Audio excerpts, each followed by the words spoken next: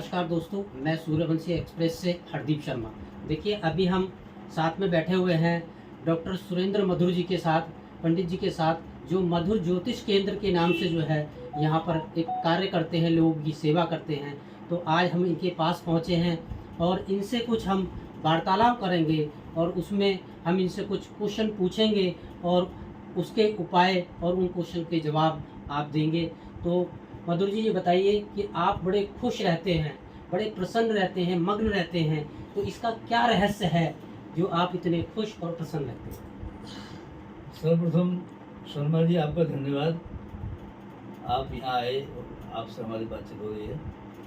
मित्रवर, प्रसन्नता अपने मन के अंदर होती है, अपने कर्मों पर आधारित होती है।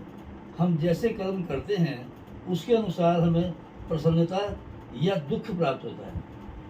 और एक विशेष बात मैं कहना चाहूँगा कि हम मनुष्य जब तक किसी देवी देवता का आश्रय नहीं लेते, जब तक हम किसी देवी देवता की सिद्धि नहीं करते, मैं ऐसा कहना चाहूँगा, तब तक उसकी कृपा हमें नहीं मिलती। तो मैं विशेषकर माँ सरस्वती का उपासक हूँ। माँ सरस्वती की कृपा मेरे ऊपर है, मुझे इस बात का बड़ा गर्व है। माँ सरस्वती की उपासना से आज मैं जो भी मुझे ज्ञान प्राप्त हुआ है, जो भी मुझे मान प्रतिष्ठा प्राप्त हुई है, ज्योतिष में, साहित्य लेखन में, संस्कृत अध्यापन में जो भी मुझे यश प्राप्त हुआ है, ये सब माँ सरस्वती की कृपा से है। और माँ सरस्वती की कृपा के कारण ही मैं प्रसन्न रहता हूँ, क्योंकि मैं प्रसन्नता अपने अंदर ही अनुभव करता हूँ। जो आदमी बाहर प्रसन्नता ढूंढता है वो हमेशा परेशान रहता है, या ऐसा कह लीजिए कि जिसकी प्रसन्नता दूसरों के अधीन होती है वो व्यक्ति हमेशा दुखी रहता है। मैं अपनी प्रसन्नता को अपने अधीन रखता हूँ, मेरे मन में प्रसन्नता रहती है, इसलिए मैं प्रसन्न रहता हूँ। देखिए, अभी पंडित जी ने जो है अपनी प्रसन्नता का रहस्य बताया।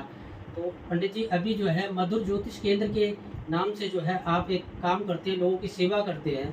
तो इसमें जन्मपत्री और हस्तरेखाओं के बारे में आप लोगों को देखते हैं, तो इसका हमारे जीवन पर क्या प्रभाव है और क्या करना चाहिए व्यक्ति को? देखिए शर्मा जी, हम लोगों का जो जीवन है वो ग्रहों की दृष्टि में है। एक ज्योतिष का मुझे श्लोक याद आ रहा है, ग्रह राज्यम प्रयच्छन्ति ग्रह राज्यम हरन्ति च ग्रही व्याप्त मिदम सर्वम जगदेतत् चराचरम्। इस संसार में जो कुछ है सब नवग्रहों की दृष्टि में है, इसलिए हमारा जो जीवन है वो पूरा नवग्रहों की दृष्टि में है। अब ये हमारे कर्मों के आधार पर है, हमारे भाग्य के आधार पर है कि किस ग्रह की कैसी दृष्टि हमारे ऊपर है। अगर ग्रह की प्रसन्न दृष्टि हमारे ऊपर है तो वो ग्रह हमें प्रसन्नता देंगे, हमारे कार्य को सफल करेंगे। और अगर ग्रह की क्रूर दृष्टि हमारे ऊपर है तो निश्चित रूप से उस ग्रह के अधीन जो कार्य है वो हमारा खराब हो जाएगा, हमें कष्ट मिलेगा। अब रही मधुर ज्योतिष केंद्र की बात, तो मधुर ज्योतिष केंद्र मैंने ज्योतिष और कर्मकांड की सेवा के लिए स्थापित किया है। यहाँ पर मेरे जो कुछ ब्राह्मण विद्यार्थी हैं जो कर्मकांड करना चाहते हैं, ज्योतिष सीखना चाहते हैं, उन्हें ये कठिनाई थी कि वो ज्योतिष कहाँ से सीखें। इसलिए अब मेरे पास विद्यार्थी आते हैं, मैं यथाशक्ति यथामति उन्हें ज्योतिष का ज्ञान देता हूँ, उन्हें कर्मकांड का भी प्रशिक्षण देता हूँ। और मेरी जो एक सीमा है वो जन्म पत्रिका, हस्तरेखा, यंत्र तंत्र मंत्र, वास्तुशास्त्र और रत्नादि तक सीमित है। मैं इन सारी समस्याओं का समाधान माँ सरस्वती की कृपा से करने का प्रयास करता हूँ। धन्यवाद। देखिए, आज जो है गुरु पूजन है, आज जो है लोग गुरु की उपासना कर रहे हैं, तो इस बारे में बताइए कि गुरु का जीवन में क्या महत्व है और गुरु के बिना ज्ञान का क्या अभाव है, इसके बारे में आप जानकारी दीजिए। देखिए शर्मा जी, हमारी गुरु पूर्णिमा यानी आषाढ़ मास की जो पूर्णमासी है उसको हम गुरु पूर्णिमा कहते हैं।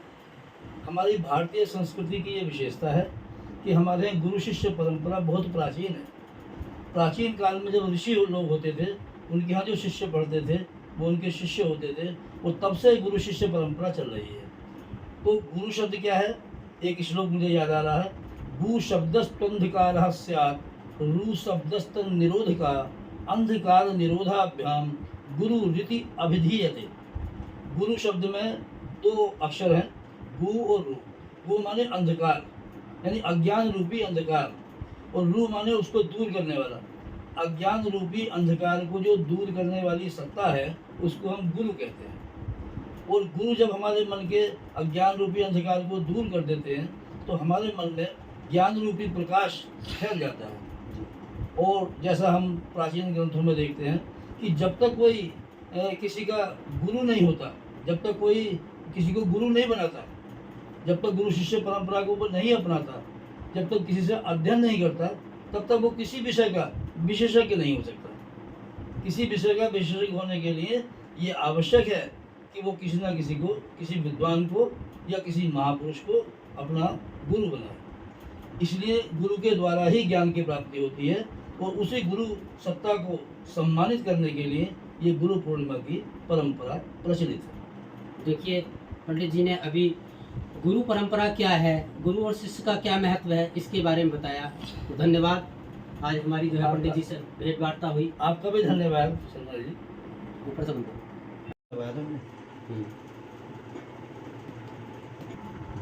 जी, ऊपर से ना।